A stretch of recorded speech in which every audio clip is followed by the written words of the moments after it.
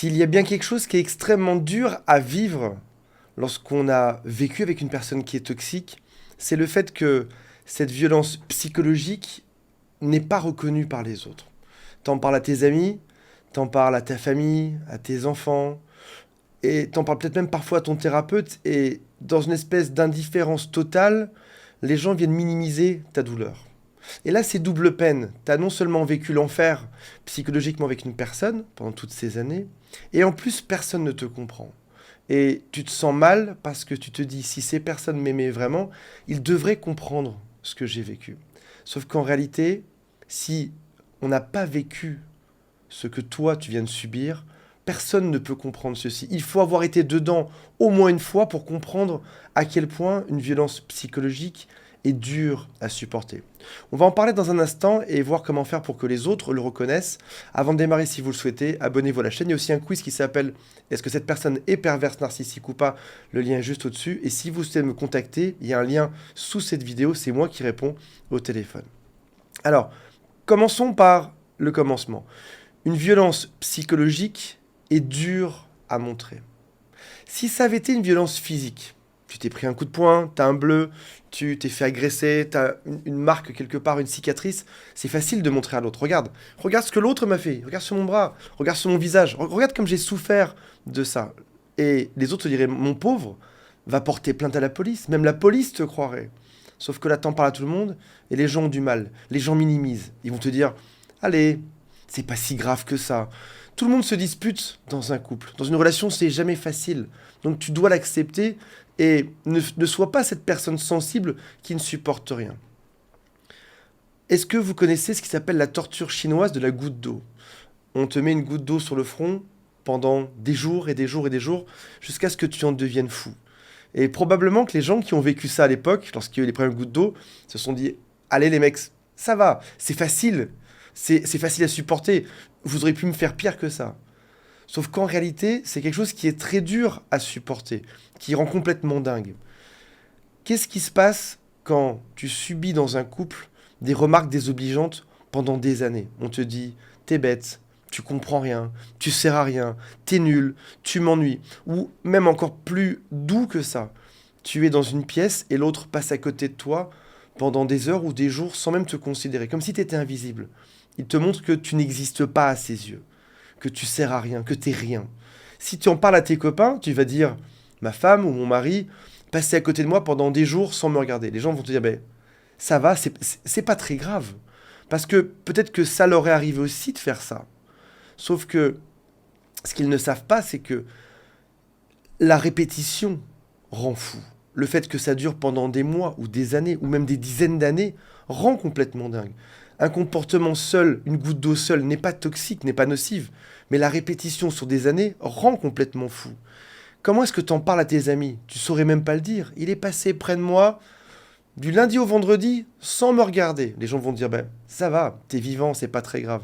Parce que s'ils ne l'ont pas vécu, ils ne savent pas à quel point c'est perturbant, à quel point ça peut rendre réellement dingue. C'est quelque chose qui va te détériorer lentement, c'est une torture ou un supplice ou une agression psychologique qui est lente, qui est sournoise, et oui, qui va venir complètement déstabiliser ton mental.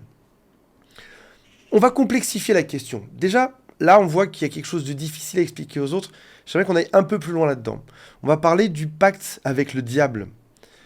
Est-ce que tu sais aujourd'hui quel est l'appât de l'autre qui t'a mis dans cette situation? Qu'est-ce que l'autre t'a dit?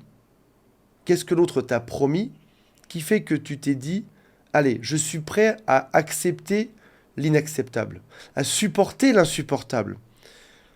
L'autre, le diable, ton père narcissique, t'a dit, voilà ce que je vais te donner, mais en échange de ce que je vais te donner, comme le diable, tu dois signer avec ton sang à la fin.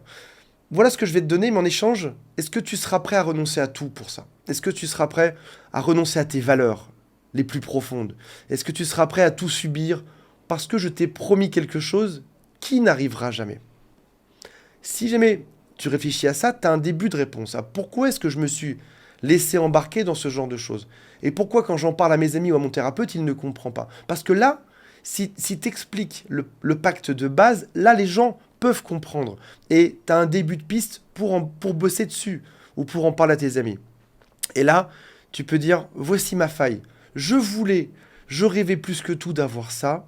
L'autre en a profité et m'a fait subir le pire. Là, les gens peuvent commencer à comprendre. Je vais te donner quelques exemples. Tu as toujours rêvé d'avoir... On part sur des... Allez, on va partir sur des clichés, des caricatures. Mais pour que tu comprennes la chose. J'ai toujours voulu avoir une femme riche. J'ai toujours voulu avoir un homme riche. J'ai toujours voulu avoir une femme ou un homme qui était beau. J'ai toujours voulu avoir une personne qui était puissante sur Terre, qui avait plein d'amis, qui avait accès à certains types de ressources. Ou tout simplement, j'ai toujours voulu être heureux en couple. J'ai toujours voulu me marier. J'ai toujours voulu avoir un enfant. J'ai toujours voulu que ça se passe bien dans mon couple. Ça, c'est l'appât, c'est l'hameçon. C'est ce qui fait que tu as signé ce pacte avec cette personne. Et peut-être, je dis bien peut-être, que tu as été prêt à tout supporter pour faire un raccourci dans ta vie. Je voulais une femme belle, je voulais un homme qui soit extrêmement beau, extrêmement riche, et j'ai été prêt à renier mes valeurs en espérant que ça marche avec lui ou avec elle. J'ai pris un raccourci dans ma vie. Je me suis dit que j'allais pas bosser comme il fallait, j'allais pas faire du sport, j'allais pas travailler comme il fallait sur moi-même pour obtenir un amour sincère et véritable. Je me suis déconsidéré sur certains points de ma vie en espérant que l'autre me donne tout son amour en échange. Je me suis mis à terre pour avoir l'amour de l'autre. J'ai accepté parce que dans ma tête, je pensais ou je mettais une valeur supérieure à cette personne. Cette personne était trop bien pour moi, c'est ce qui revient souvent. Cette personne était trop bien pour moi. Je sais que vous allez me dire non, c'est pas le cas, elle était pas trop bien. Cette personne m'a fait espérer quelque chose qui était trop bien, que je voulais absolument dans ma vie, et j'ai tout donné pour obtenir quelque chose en échange, son amour, un couple, de la considération. Je me suis battu pour ça et je me suis laissé entraîner dans ce piège à cause de cet appât aujourd'hui. Et à ce moment-là, tu as une piste qui est intéressante. Parce que tu peux dire, voici ma faille.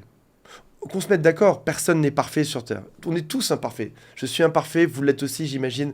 Ta narcissique l'est encore plus imparfait. On a tous des qualités et on a tous des défauts. On a tous des choses qui sont chouettes et on a tous une part d'ombre, comme disait Nietzsche. On a tous une partie lumineuse et on a tous des failles. Les failles, dans ton schéma mental, c'est ce qui fait que si quelqu'un s'approche de ça, c'est dangereux. Je sais que j'ai tendance, prenons un exemple, je sais que j'ai tendance à être attiré par les gens qui sont célèbres. Je sais que j'ai tendance à être attiré par les gens qui sont riches, qui sont beaux, qui sont comme ci, qui sont comme ça, qui ont tel attribut physique, psychologique ou sociaux.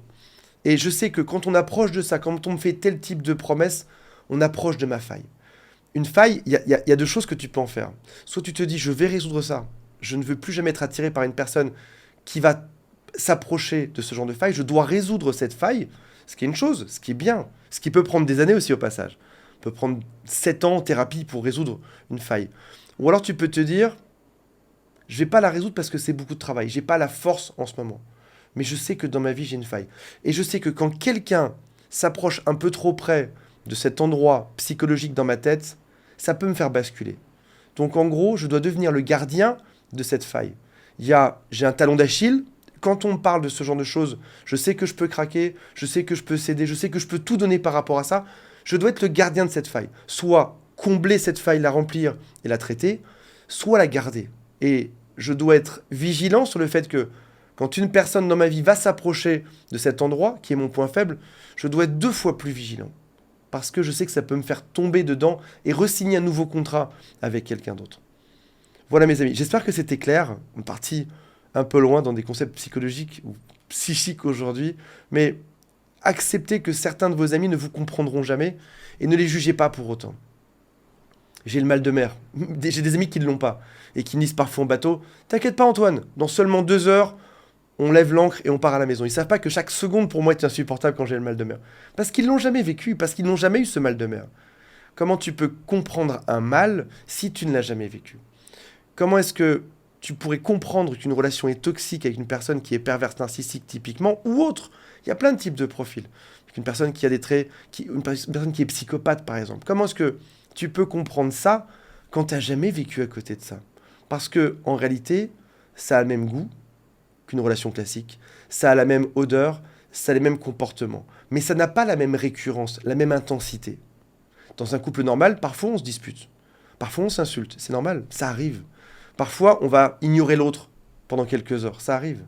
Mais comment est-ce que quelqu'un pourrait comprendre que ce que tu vis de négatif peut être répété 1000 fois, 10 000 fois, 1 million de fois, jusqu'à t'en rendre dingue? Personne ne pourrait le comprendre s'ils ne l'ont pas vécu. Si tu croises quelqu'un qui n'arrive pas à comprendre ça, tu as deux choix. Le premier, c'est de t'énerver, ce qui n'est plus mon cas aujourd'hui.